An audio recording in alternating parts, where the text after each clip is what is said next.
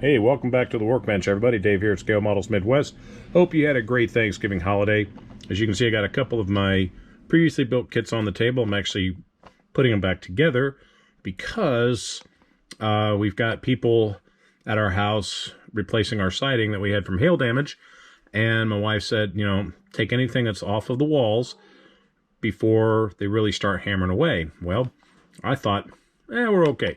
This is an interior wall in an office, but it's not an interior wall. It happens to be the inside wall to our entrance, and as they started to hammer away at the siding, these two models came off, and we didn't even realize it until my daughter went into the room and said, "Dad, I think some of your models have bit the dust." So I went and took a look at them, and it's not as bad as they seem. The kits are well put together, and there's some parts that I still have to put on, like on the Wild Willie T right here. I have to reglue this piece in place, but otherwise it's all good. I have to find the one in the end piece here. Thankfully enough, they fell into a box of all things that was down on the floor. So all I have to do is go back, look at the box, find the missing pieces, and they're okay. I had to reglue the wheelie bar on the back, and I had to put back on the whole front end, as it broke off cleanly, thankfully enough. And then I had to put in the moon tank. But got that one pretty much done. My 32 Ford needed a little bit more help, though. The body broke off cleanly from the chassis. The front end, this tire came off, popped off. I could pop it back on. This one, however, broke right here at the joint. And I went on ahead to use some CA glue and some zip kick to hold that in place. Unfortunately, I didn't watch what I was doing. I got some CA glue inside the wheel hub so it no longer rolls like the other tires do. So what I'm going to do is, of course, if you notice too, it is off camber. So what I'm going to do is I'm going to actually re-brake this piece and reposition it. I'm going to chock the wheel so they don't move, and then realign it, put something here against it so it'll stay nice and solid. The front grille popped off, as did the spreader bar and the headlights. And one of the headlights is missing the brackets. Again, I'm going to go look in that box. I find it, I'll be able to glue them back on.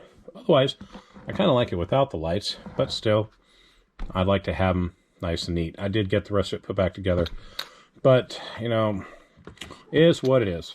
Happens. And I'll tell you what, if your wife tells you move stuff off your shelf so they don't fall, listen to her. I didn't. I paid the price, but it's like I told my daughter, they can be fixed.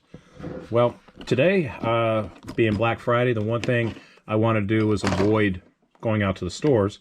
So what did I do? My daughter and I went to a store. We went over to the hobby shop, got his business card finally. Mike, over there at the hobby shop in Ames. You ever in Ames, throw a couple of quarters in the parking meters for an hour. Go in there and check out his stuff. Always has new things coming in.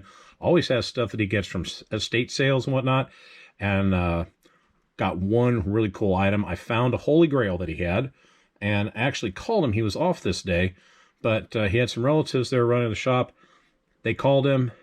I said, "Hey, what do you want for it?" And he gave me a good fair price, and I jumped on it. I'll show you that in a moment. But getting ready to do something really cool. Finally, I'm going to break out my Grec airbrush and airbrush a kit. I'm going to kind of jump into the waters, see how using an airbrush works.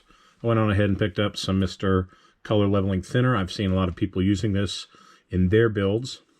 I got acrylic thinner. I've also got some lacquer thinner. I also have airbrush cleaner. I actually ended up buying 2 bottles of that.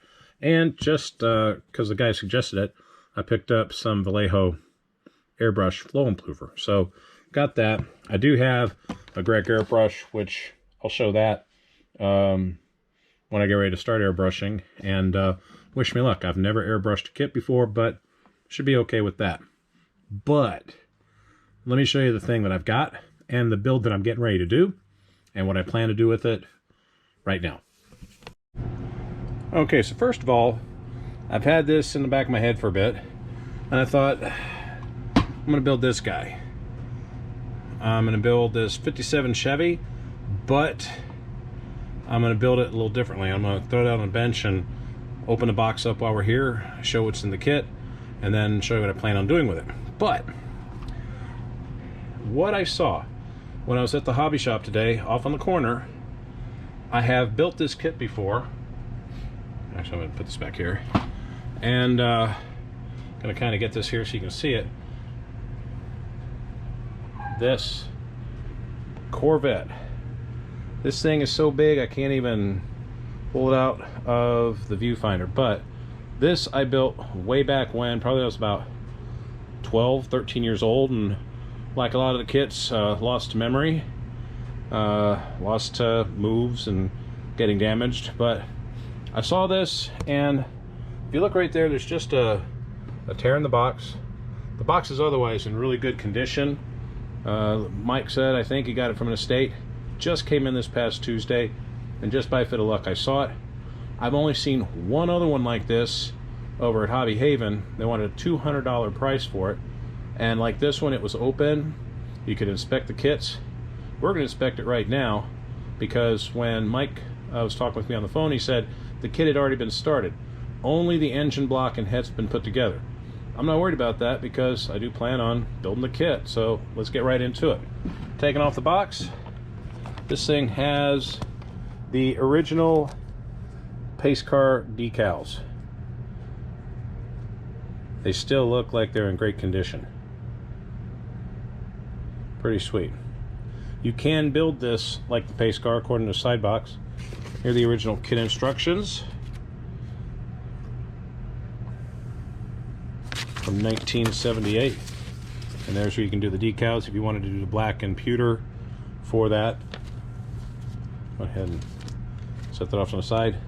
Now the kit's been gone through, and he's actually put some stuff in plastic bags, like here the taillights, and I saw a lot of the same wrapping in the other cars, so I think it's all just factory. But if you look at this, I mean,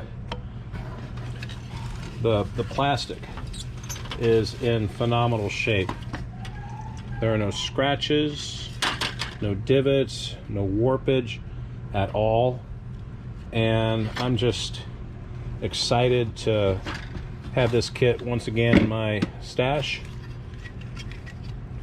There's the front piece. I mean, this thing is big by huge, and it's just excellent. This is the engine that was started, and that's it. Just the engine block halves, the valve coverage, which I'm sure I can take off, and then I can paint the engine block and what have you. Keep going on the kit. And as you see right there, there's the body, the hood coming out of his package. That's just sweet. Headlamps, clear, and go over here real quick. Chrome. There's the air cleaner lid, the alternator brackets and everything. So that's off to the side. Probably some of the coolest rally rims that came on a Corvette, short of the actual rally rims from the 60s. There's a little pistol grip, park and brake. Man, it's just, I'm excited seeing this. But look at this interior. Tan. There's a tan interior, tan dashboard, steering column. Heck, I might consider building this as part of the naked build. Don't know, still thinking about it, because in addition to the orange, a lot of black pieces. And just calling out to be paint detailed. But the interior looks the same way, tan. All the parts are here. They've all been accounted for. I'm going to try and get the body out here while I got an opportunity. And the chassis is up underneath it, but check that out. Make sure I can see this in the viewfinder. If I were to do this as part of the naked build, I think all I have to do is sand it, you know, up to 12,000 grit, polish it out. I mean, this thing is beautiful. Absolutely beautiful. Screws to hold it together. There's a spoiler at the bottom. And then these tires, nice and soft. They haven't deteriorated. Good old GT radials. Very nice. You know, and I can't thank Mike enough. He was basically on vacation, and his relatives said that they'd give him a call and see if he'd give me a price. And he knows me because I'm in that shop at least once a month. So, like I said, he gave me a fair price. I took a look at the kit, made sure all the pieces were there, and sure, you know, I joking with my wife, I said Merry Christmas to me, Merry early Christmas, and yeah, there you have it. That's the kit. That's one of my holy grails. And there, if you look at the side, I get this on the viewfinder, that's how you can if you wanted to paint it the two-tone. And again, that's just really cool. So yeah, I could easily put that together as part of the naked build, but I don't know, this one's kind of crying out for some detail. So when I do go to build it, you know, paint, yeah, I don't know. For now, I might just stare at it as some inspiration, kind of like I do with some of the other kits that I've got, and go from there. But let me show you about that 57 Chevy real quick. So this is AMT's 1957 Chevy Bel Air 125th scale. And looking at the package, I open it up, it's molded in blue. So I have plans for this. It's not going to be painted blue. It is, however, going to get painted a different color. But since it's molded in blue, you have to worry about, is the paint going to bleed? I know I've had kits that were molded in red that bled severely until you put good primer on them. So likewise, I'm probably going to have to do it with this. So taking this stuff out of the kit, it's nice little Bel Air hubcaps, headlamp nacelles, the dashboard, and that really cool 57 Chevy grill with bumperettes. What do they call them? Dagmars. I think that was on the Cadillac. Did they call them the Dagmars on the front end of the 57 Chevy? Don't know. They look cool nonetheless. Got that. Red tail lamps. Pretty cool. Metal axles. That's not a bad deal. We'll need that. But delve into the kit further. Got some pretty cool tires, but I'm not going to use them for this because I have a plan. Then I look at the kit. Before we get to the body, nice little decal sheet. We'll pull that out real quick. Open that up.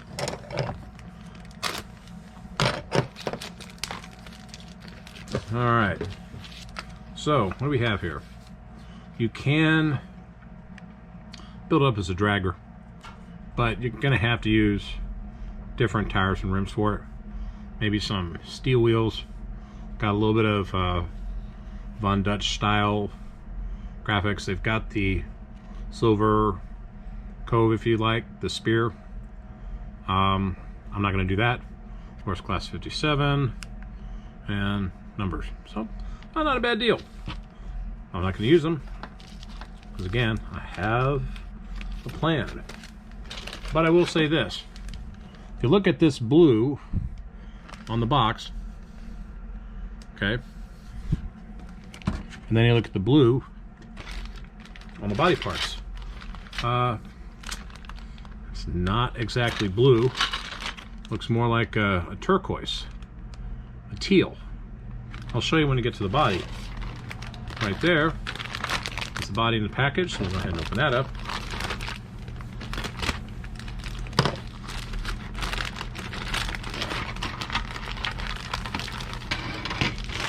Okay. All right, so What do we have here? What we have here is a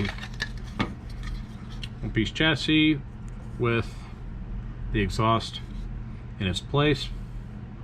Starting to look at this more and more, wondering, can I do it what I want to do with it? I wanted to kind of make a nice quick build, but might not go as planned, because I want to kind of copy a certain car.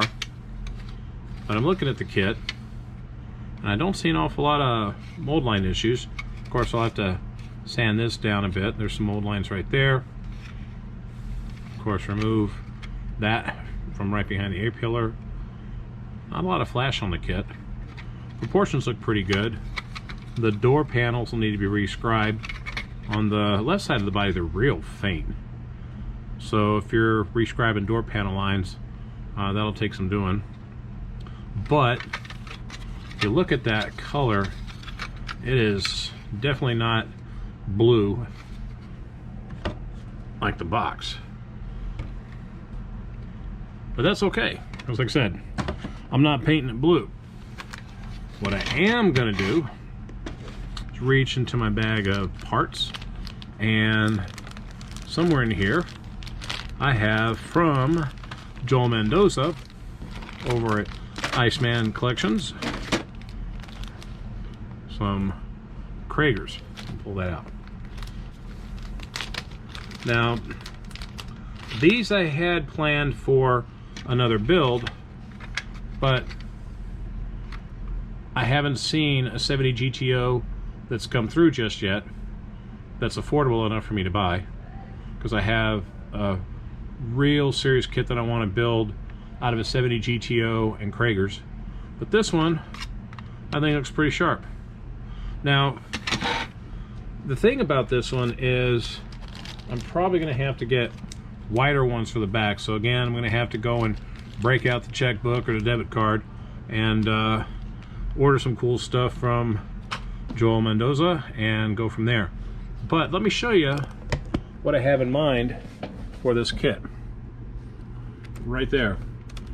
I've wanted to build Project X forever. As a kid growing up, I remember watching Hot Rod and Carcraft build Project X through the years, and I even liked it when they put the electric motor in it. But I watched Hollywood Nights probably like 50 times. You know, Tony Danza, Michelle Pfeiffer. I mean, the whole movie is just fantastic. If you've seen it before, you know what I'm talking about.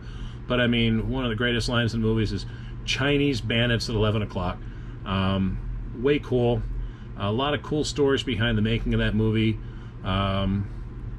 Yeah, so I wanted to build Project X. It has a supercharger and an electric fan, it looks like. But otherwise, I think the rear, I don't know, if I pick this one out picture-wise, it looks like the tires are just a little bit wider. But if you notice right here, sorry I can't make the picture larger, but right here the spear is not the decal, it's body color. So I've got a Daytona yellow that I would like to use to paint this car, but I've got a really cool, I shouldn't say really cool, I got a good primer that I'll definitely put some coats on and make sure the blue doesn't bleed through. I'll make sure I prime the inside of the body just as well. And I think this will just be a simple, quick build. Black interior, I think has a roll bar, chrome yellow or Daytona yellow for the exterior, Krager rims, and a blower.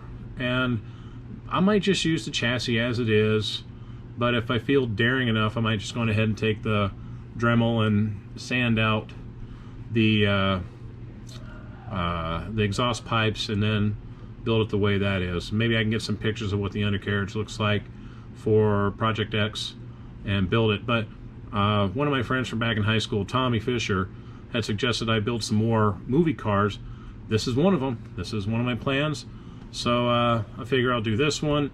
And I'm going to do this back to back with the naked model build. I haven't yet picked a kit yet for that one, but it starts here in a few days and it goes on for the next couple months. So I'm going to do that one. And again, the naked model build is from Adam over at South Dakota Model Cars.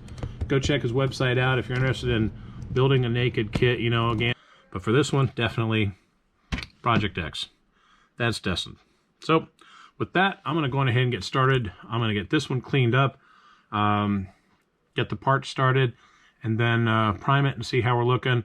Probably have a video later on this weekend showing you an update on that. We'll go from there. Otherwise, have a great rest of the weekend. See you next video.